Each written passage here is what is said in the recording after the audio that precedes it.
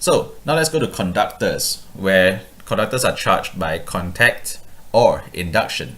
In charging by contact, basically you must have an object that is charged beforehand. What you do is to use the charged object, make the charged object touch the uncharged object.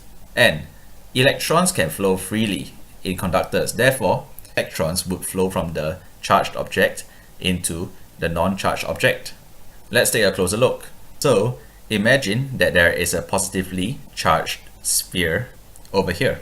This sphere represents a charge of +4 because you can see that there are 4 plus signs over here and no corresponding negative signs. Let's compare that to the neutral sphere over here, which is +0, because there are 4 plus signs representing 4 positive charges and also 4 negative signs representing 4 negative charges.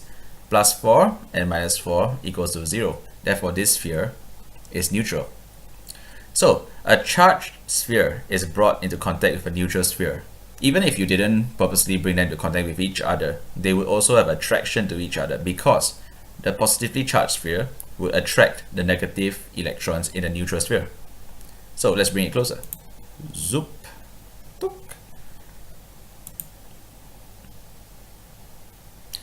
As you can see from that just now, the electrons moved from the right to the left, leaving a net positive charge on both spheres. So in this sphere over here, you will have 4 plus signs and 2 negative signs. So this will be +4 minus 2, giving you a total charge here of +2. Over here in this sphere, even though there used to be 4 plus signs and 4 negative signs, now 2 of those negative signs have flowed over to the sphere on the left, therefore leaving this side with also 2. So +4 minus 2 gives this sphere positively charged with a +2. Now the spheres are separated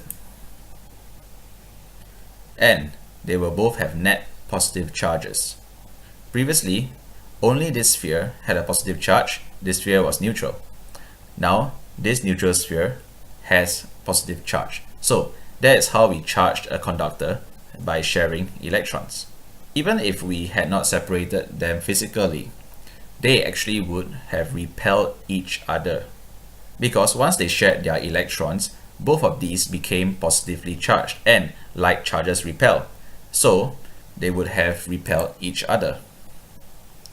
This is in comparison with previously when one was positive and one was neutral and they were attracted to each other. So at first there was attraction and then there was repulsion.